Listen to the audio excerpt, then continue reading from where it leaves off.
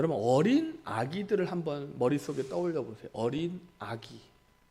어린 아기. 자, 어린 아기는 대략 한 몇 살 아래입니까? 어린 아기. 네? 3세. 우리 전기숙 집사님은 3살. 우리 권사님은 6세 이하 어린 아기. 그다음에 그 대부분 어린 아기라 하면은 이제 엄마 품에 안기는 그 정도의 나이를 말하는 겁니다. 자, 이 아기들은 3살 정도, 3, 4살 그 밑으로 아이들이 대부분 엄마 품에 안겨 있는 거예요. 자, 이 아기들을 보면 정말 귀여워요. 너무너무 귀여워요. 자, 어떨 때 제일 귀여운가요? 아기들이? 옹알이 할 때. 옹알이 할 때 귀엽습니다. 우리, 예? 제가 원하던 답이 이겁니다. 잠잘 때. 우리 사모가 맨날 그렇습니다. 우리 아기들은 잠잘 때 제일 이쁘다.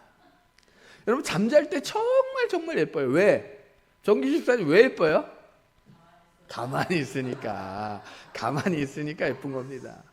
여러분, 그런데요, 이 어린아기가 왜 엄마 품에 안겨서 가만히 안겨서 잘까요? 왜 잘까? 왜 잘까요, 여러분? 편하니까. 맞습니다. 이 아기가요, 전적으로 엄마 품이 편안하다, 안전하다라고 느끼기 때문에, 우리 엄마는 나를 해치지 않고 나를 보호하시는 엄마다, 그 엄마 품이 편안하다라고 느끼니까 이 아기가 자는 거예요. 여러분, 그 우락부락한 아저씨가 그 아기를 품에 안아서 어정쩡하게 이렇게 안는다고, 그 아이가 잘까요? 막 뻗띵기고 막 울 거예요. 자, 아기들을 키워보신 분들은 그 아기가 잠잘 때에 이쁘지만 그 아기가 왜 잠자는지를 아셔야 돼요. 엄마가, 아빠가 너무 나를 편안하게 해주니까, 그리고 엄마 아빠를 믿기 때문에 우리 아기가 엄마 아빠 품에서 잠드는 겁니다.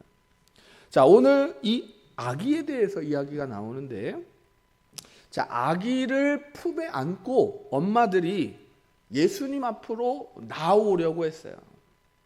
이 엄마들이 원하는 건 그겁니다.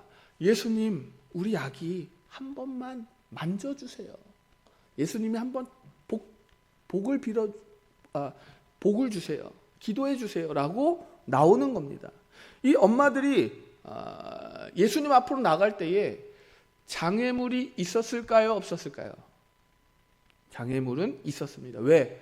예수님 곁에는 늘 수많은 사람들이 예수님 곁에 계셨기 때문에 그랬어요. 그것뿐만이 아니라 이 이스라엘의 기후는 굉장히 더워요. 더워.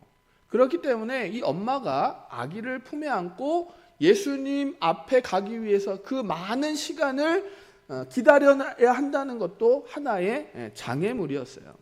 자, 그런데 이 엄마는 이 아기를 품고 딱 하나, 예수님이 우리 아기를 만져주셨으면 좋겠다, 좀 기도해 주셨으면 좋겠다라고 바라고 나왔습니다. 그런데 또 하나의 장애물이 있었어요. 그게 뭐냐면 제자들의 편견. 예수님 제자들의 편견이에요. 제자들은 아기를 안고 오는 엄마들을 내쫓았어요.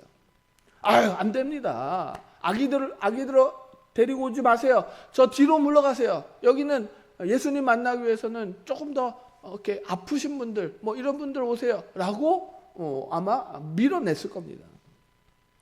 자, 제자들이 왜 그랬냐? 제자들에게도 어느 정도 사정이 있었어요. 왜냐하면 많은 사람들이 예수님 앞에 몰려 있었고, 이 어린아이는 이 당시에는요, 여자와 어린아기는요, 사실 사람으로 취급을 하지 않아요. 사람으로. 그러니까 이 남자 중심 사회였기 때문에 어린아기 여자들은요, 인권이 바닥입니다. 바닥.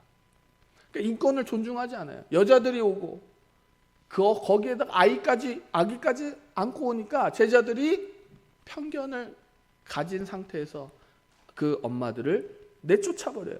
여기 오시면 안 됩니다. 자, 가세요. 뒤로 가세요. 이렇게 밀어냅니다. 자, 그런데 예수님이 그 제자들의 하는 모습을 보고 아기를 품은 엄마를 오라고 허락해요. 그 이유는 예수님께서 제자들과 그 수많은 군중들에게 하실 말씀, 즉 메시지가 있었기 때문입니다. 자, 예수님께서는 아기를 품고 온 엄마들을 가까이 오게 하시면서 아기를 만져주셨어요. 그리고 기도해 주셨습니다. 그리고 사랑스러운 표정으로 아기들을 바라보셨어요. 그리고 나서 제자들과 그 수많은 군중들에게 이 말씀의 메시지를 선포하셨어요. 자, 뭐라고 말씀하시냐면 누구든지 하나님의 나라를 어린 아이와 같이 받아들이지 않는 자는 결단코 거기 들어가지 못하리라. 자, 여기에서 누가가 다른 복음서에서는 이 어린 아이를 여러분 파이디온 아시죠? 파이디온? 우리 기독교 서적에 파이디온 있잖아요. 파이디온이 헬라어로 어린 아이. 이 어린 아이는 약 한 초등학교 6학년까지를 말하는 겁니다. 어린 아이. 그런데 이 누가는 파이디온이라는 단어를 사용하지 않았어요. 뭐라고 사용했냐면 브레페. 이 헬라어로 브레페는 유아를 말합니다. 유아. 그러니까 3살, 그러니까 엄마의 젖을 아직 못된 아기, 그런 아기를 브레페로 이제 말하는 거예요. 근데 누가만 브레페라고 말해요. 자, 파이디아는 어린아이고 브레페는 유아입니다. 유아. 그래서 이 누가가 이 어린 아이에 대한 그 범위를 더 좁게 만들어 놓고 있다라는 거예요. 자, 그렇다면 오늘 우리가 읽은 이 말씀, 어린 아이가 아니라 어린 아기로 읽는 게 이 누가복음에는 더 맞는 번역이에요. 어린 아기와 같이 받아들이지 않는 자는 결단코 하나님 나라에 들어갈 수 없다라고 예수님이 말씀을 하셨다라는 거죠. 자, 예수님께서 온 어린 아기들을 사실상 누가는 유아라고 표현하고 있습니다. 어린 아기처럼 하나님 나라를 받아들이는 자. 자, 예수님께서 말씀하신 메시지, 이 메시지는 이 군중과 제자들에게 깜짝 놀랄 만한 메시지였어요. 여러분, 왜 깜짝 놀랄 만한 메시지였을까요? 아기처럼, 어린 아기처럼 하나님 나라를 받아들여야 하나님 나라에 들어갈 수 있다. 여러분, 이게 왜 제자들과 그 많은 사람들이 듣고 깜짝 놀랐을까? 수근수근. 예수님의 이 메시지를 듣고 수근수근.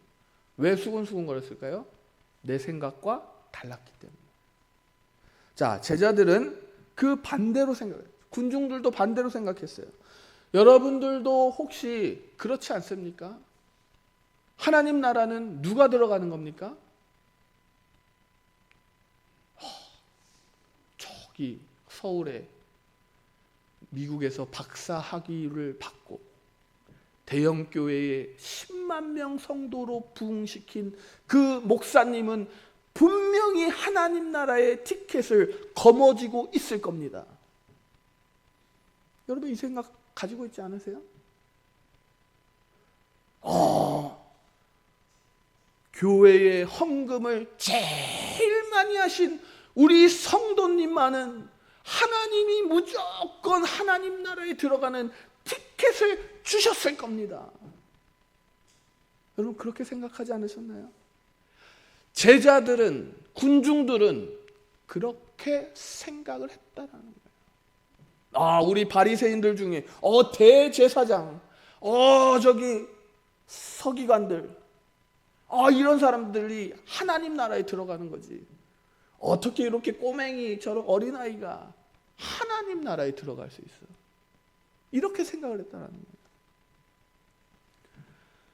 우리는 하나님 나라에 들어갈 수 있는 자격을 가진 자는 뭔가 하나님 앞에서 큰 일을 행한 자, 뭔가 하나님 앞에서 많은 것을 이루어낸 자라고 생각하고 있지는 않은지 한번 생각해 보셔야 돼요. 제자들은 그렇게 생각했기 때문에 놀랐던 거예요. 군중들도 그렇게 생각했기 때문에 예수님의 말씀에 놀랐던 겁니다. 어린 아기와 같이 하나님 나라를 받아들여야 들어갈 수 있는 곳이 하나님 나라라는 말에 깜짝 놀란 거예요. 자, 그렇다면 제자들도 궁금했을 겁니다. 어린 아기처럼 하나님 나라를 받아들인다는 뜻이 도대체 무엇일까? 그것이 어떤 것인지를 알아야 우리들도 어린 아기처럼 하나님 나라를 받아들이는 자가 되는 것이 아니겠습니까?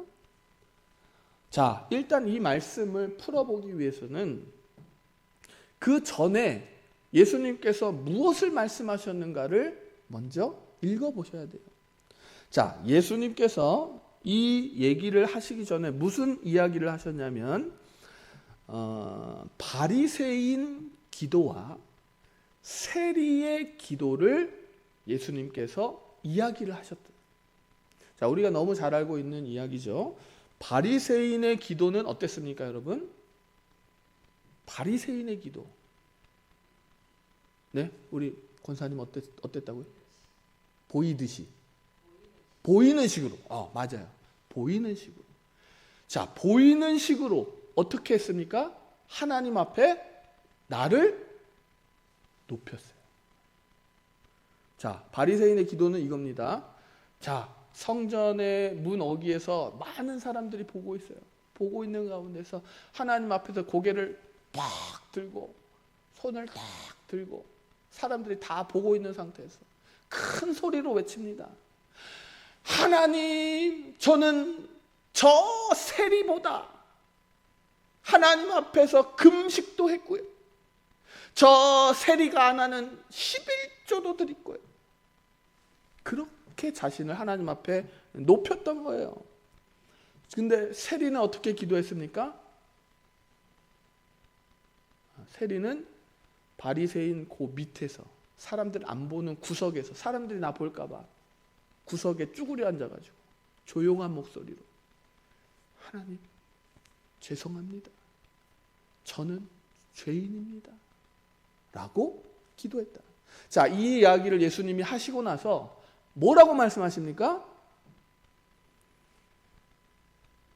바리새인은 하나님 앞에서 의롭다 받지 못하고 세리가 하나님 앞에서 의롭다 여김을 받게 될 것이다 라고 예수님이 말씀을 하신 거예요.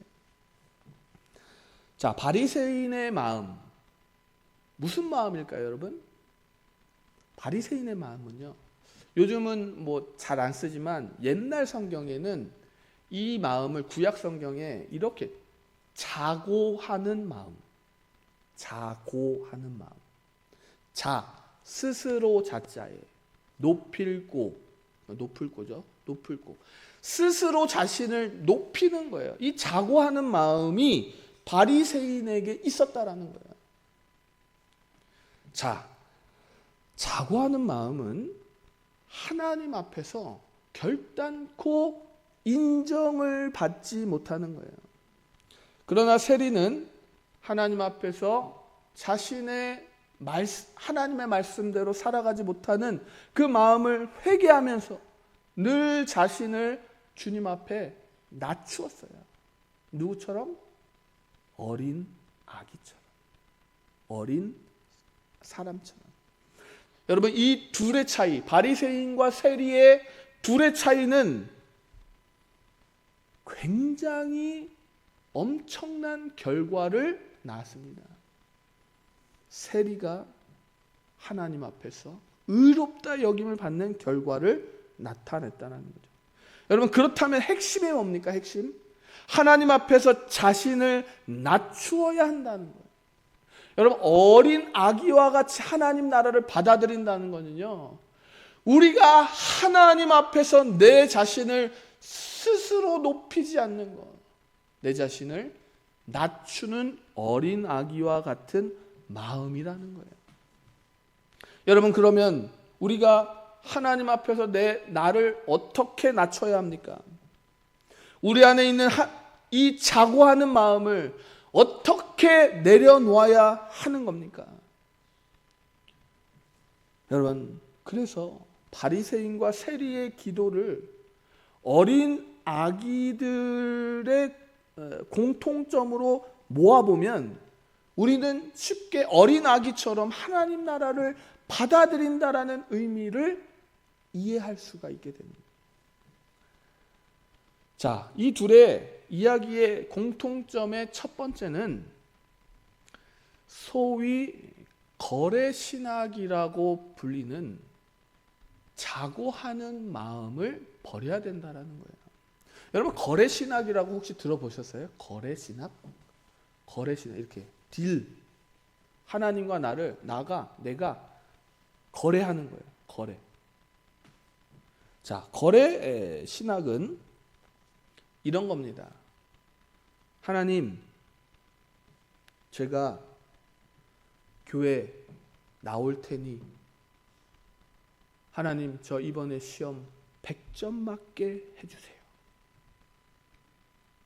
이게 거래신학이에요. 거래신학. 자, 우리가 아는 서원기도 있죠. 서원기도. 자, 서원기도하고 거래신학은 달라요. 다릅니다. 자, 서원기도는 어떤 것이냐면 하나님 앞에서 하나님께서 나에게 이렇게 해주시는 그 은혜를 가지고 내가 그 은혜에 감사해서 하나님 앞에 나중에 이렇게 행하겠다라는 거예요. 하나님이 나에게 은혜 주시면 내가 하나님 앞에서 그렇게 행하겠다는 거예요. 자, 서원 기도의 대표적인 그 사사 중에 한 사람이 있었어요. 이 입다라는 사람인데, 입다가 하나님께서 사사로 세워주셔가지고 이 블레셋을 물리쳐 주게 하셨다라고 약속하셨어요. 그래서 이 입다가 하나님 말씀을 들었는데 그 말씀을 도대체 믿지를 못하겠는 거예요. 왜? 저 블레셋은 이스라엘보다 너무너무 힘이 세거든요. 그렇기 때문에 하나님의 약속을 받았음에도 불구하고, 하나님이 그 블레셋을 물리쳐 주신다라고 약속하셨음에도 불구하고 이 입다가 하나님 앞에서 물어봅니다. 하나님, 그러면요, 하나님이 그 우리 블레셋을 이기게 해주시면요, 제가 저를 처음 맞이하는 사람을 하나님 앞에 드리겠습니다.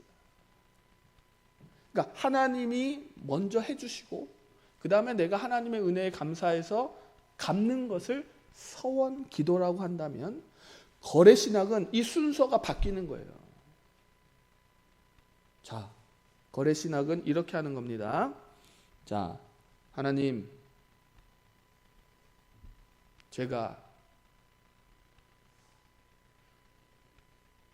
500만 원 헌금을 낼 테니 우리 아버지 병 고쳐주세요. 우리 아버지 병 치료해 주세요. 이게 거래신학이라는 거예요. 자, 내가 이렇게 행하면 하나님께서 이렇게 나에게 행하여 주셔야 된다라고 말하는 게 거래신학이에요. 내가 원하는 것, 그것 가지고 내가 하는 것과 거래를 하는 거예요. 그러니까 뭡니까? 나와 하나님과 어떻게 해야 되는 거예요?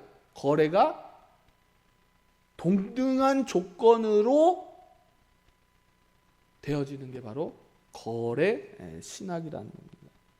그래서 거래 신학을 하시는 분들은 그 믿음을 들여다보면요, 치명적인 단점이 있어요. 단점. 그 단점이 뭐냐면 하나님이 자신이 원하는 대로 해주시지 않으면 하나님께 등을 돌린다는 거예요. 등을 돌리는 거예요. 하나님을 믿지 않는다는 거예요. 하나님, 제가 이렇게 했잖아요. 왜 하나님은 이렇게 안 해주십니까? 저 이제 하나님 안 믿을래요. 이게 거래신학이에요. 이게 거래신학의 단점이라는 겁니다. 그래서 거래신학을 많이 하시는 분들, 이 분들 중에는 어떤 마음이 있냐면 늘 하나님에 대한 경멸적인 태도를 가지고 계세요. 저 교회 열심히 다녔는데 하나님이 안 해주시던데요. 저 교회 봉사 열심히 했는데 하나님이 나 성공 안 하게 해주시던데요. 우리 아버지 병 곧 안 고쳐주시던데요. 우리 자녀 병 안 고쳐주시던데요. 우리 자녀 사업 성공하지 않게 되던데요. 내가 이렇게 했으니 하나님께서도 이렇게 해야 마땅하다라고 생각하는 게 거래신학의 그 태도는요, 자신을 높이는 마음에서 나오는 겁니다. 여러분, 거래신학의 중심에 뭐가 있냐면요, 나와 하나님은 동등하다라는 마음이 있는 거예요. 여러분, 맥스 루케이도 목사님 아십니까? 이 맥스 루케이도 목사님이 끝까지 나를 사랑하시는, 포기하지 않으시는 하나님이라는 책에 이렇게 기록하고 있습니다. 거래신학은 나를 하나님과 대등한 조건으로 거래하는 것을 말한다. 그들은 내가 원하는 것과 하나님이 원하는 것이 같다고 생각한다. 그러면서 맥스 루케이도 목사님이 자신도 예전에 잘못된 방식으로 하나님 앞에 거래했던 거래 신학을 하나 소개를 해요. 이 책에서. 자, 맥스 루케이도 목사님이 목회자였을 때 자신의 아버지가 원유 시추, 그러니까 텍사스에서 원유 시추 일의 관리 감독자로 일하셨는데 갑자기 자신의 아버지가 루게릭 병을 진단받으신 거예요. 그래서 이 맥스 목사님이 이 텍사스에서 목회를 잘 하시다가 하나님 앞에 거래를 합니다. 하나님, 제가 브라질 리우로 가서 선교사로 목회할 테니 하나님은 우리 아버지를 꼭 낫게 해 주세요라고 하나님 앞에 기도하고 브라질 리우로 선교하러 가세요. 가족을 모두 데리고 선교하러 갑니다. 맥스 루케이도 목사님은 자신의 아버지의 병든 모습을 뒤로하고 가족을 다 데리고 브라질 리우로 목회를 하러 갑니다. 여러분, 브라질이요, 얼마나 그 치안이 안 좋습니까? 여러분, 텍사스에 비하면요, 브라질은요 정말 험한 곳이에요. 일부러 맥스 루케이도 목사님이 그렇게 하나님과 거래를 한 거예요. 그리고 맥스 루케이도 목사님이 기대를 했대요. 내가 이제 브라질 리우로 목회를 가니까 하나님께서 우리 아버지의 병을 고쳐 주실 거야. 그런데 어느 날 전화가 온 거야. 병원에서 전화가 왔는데 지금 빨리 와야 되겠다고. 아버지의 병세가 굉장히 안 좋아졌다라고 라는 전화를 받게 됩니다. 그날 밤 맥스 루케이도 목사님은 차를 타고 텍사스로 향합니다. 아버지를 본 후에 다시 차를 타고 텍사스 원유 시추하는 곳을 차를 타고 달리면서 하나님께 이렇게 소리쳤다고 해요. 하나님, 제가 브라질에 안 갔습니까? 가족들도 다 데리고 가지 않았습니까? 제가 하나님과의 한 약속을 어긴 적이 있습니까? 그런데 왜 하나님은 우리 아버지 병을 고쳐주시지 않습니까? 맥스 목사님도 자신이 브라질에서 목회하는 것과 하나님께서 아버지를 고쳐주시는 것을 거래했던 자신의 모습을 회개하기 시작했다는, 그때 자신도 하나님과 내가 같은 동등한 조건으로 거래를 할 수 있는 사람이었다고 생각했다고 회상하며 회개했다고 말합니다. 여러분, 이러한 거래 신학은요, 나와 하나님을 동등한 자리로 올리는 겁니다. 나를 하나님의 자리로 올리는 거예요. 그래서 하나님과 나는 동일한 존재로 여겨져서 동일한 조건으로 거래를 하기 시작한 거예요. 그래서 토저 목사님이 자고하는 마음을 가진 성도들을 향해 이렇게 말합니다. 인간은 그냥 내버려 두면 그 즉시 하나님을 관리 가능한 용어로 축소하려는 경향이 있다.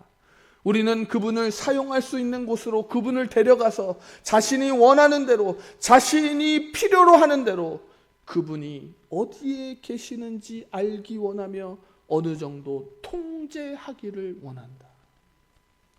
여러분, 이러한 마음이 자고하는 마음이에요. 하나님을 마치 자기가 원하는 대로 이렇게 해라, 저렇게 해라 말할 수 있는 자로 할 수 있다라는 착각. 그러나 어린 아기와 같은 마음은요, 자신을 낮추고 전적으로 하나님을 신뢰하는 거예요.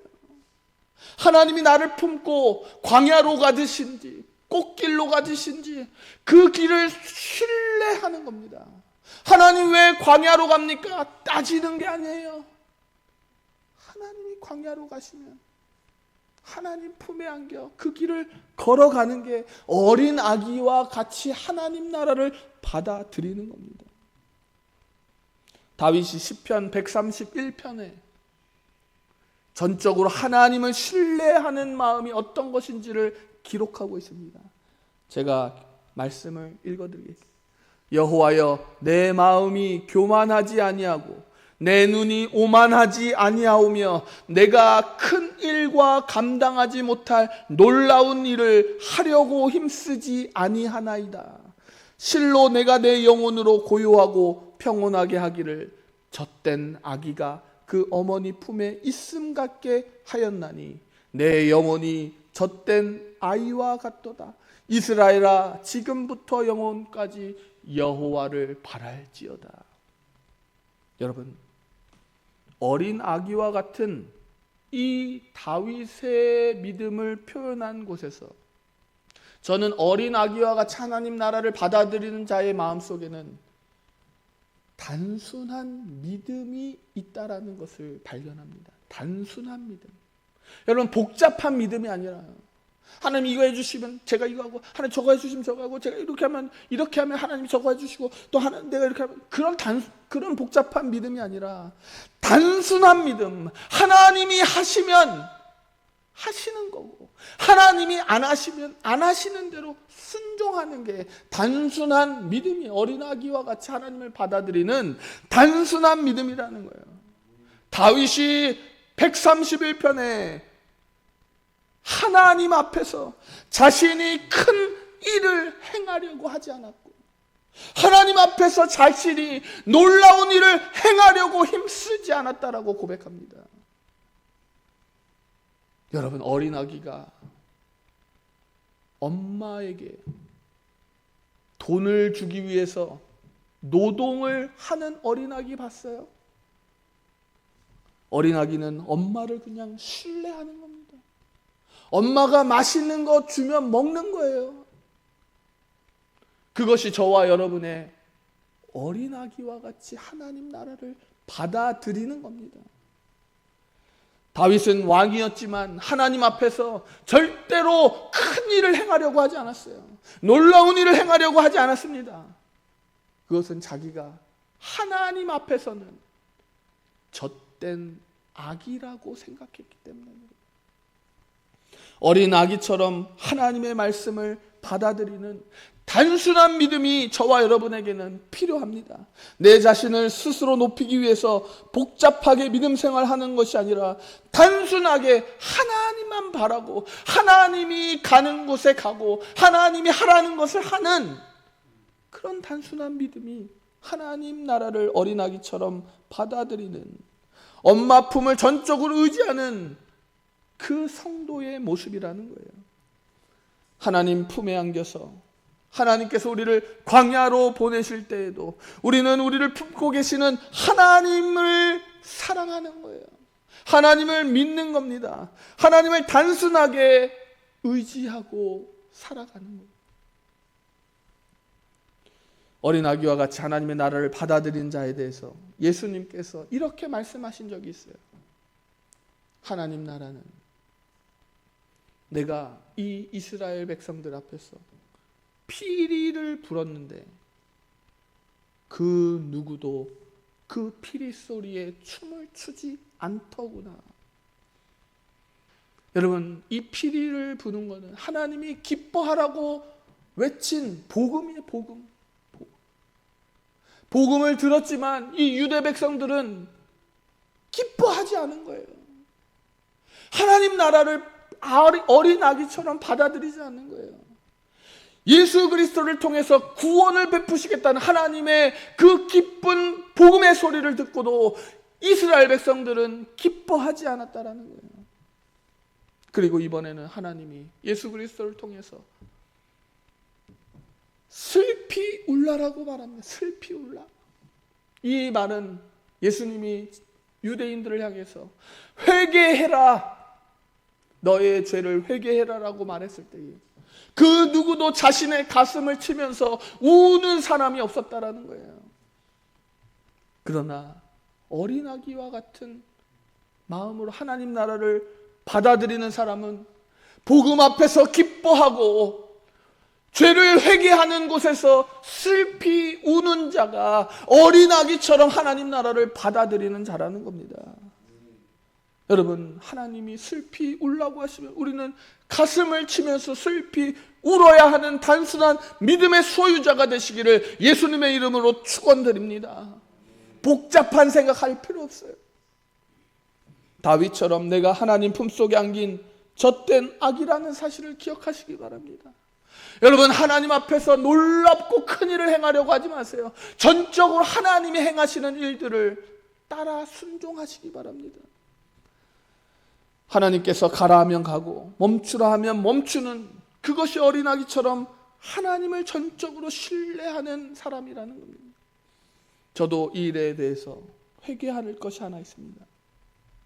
제가 은혜교회에 부임하면서 저에게도 이런 자고하는 마음이 있었어요. 그래, 나 정도면 괜찮은 목회자다. 그래, 여자 문제도 없었고 돈 문제도 없었고 신학 공부도 괜찮은 곳에서 했고 나름대로 공부도 열심히 했고 성경 안에서 진리를 외치고 있다라는 그 스스로 자고하는 마음이 내 마음속에 있었어요. 저는 그걸 몰랐는데 제가 새벽 기도 시간에 기도를 하는데, 기도를 하면서 이제 고린도 후서 말씀을 읽게 됐는데 고린도 후서 말씀을 읽게 되는데 그 목회자의 그 어려운 상황 속에서 바울이 목회하는 모습을 보게 되면서 야, 내가 정말 아직도 한참 부족하고 모자란 목회자구나 라는 것을 깊이 깨달으면서 회개했다라는 거예요. 그리고 이 말씀대로 저도 그렇고 여러분도 그렇고 하나님 앞에서 우리는 젖된 어린 아기와 같다라는 사실을 늘 기억하시기 바랍니다. 하나님 앞에서 큰 일을 행하려고 하지 마시고 놀라운 일을 행하려고 하지 마시고 하나님이 가라는 대로 가시고 하라는 대로 하시는 하나님 나라를 어린아기처럼 받아들이는 하나님을 전적으로 신뢰하는 자들이 되기를 예수님의 이름으로 축원드립니다. 사랑하는 성도 여러분, 어린아기처럼 전적으로 하나님을 신뢰하는 단순한 믿음으로 살아가는 저와 여러분이 되시길 예수 그리스도의 이름으로 축원드립니다.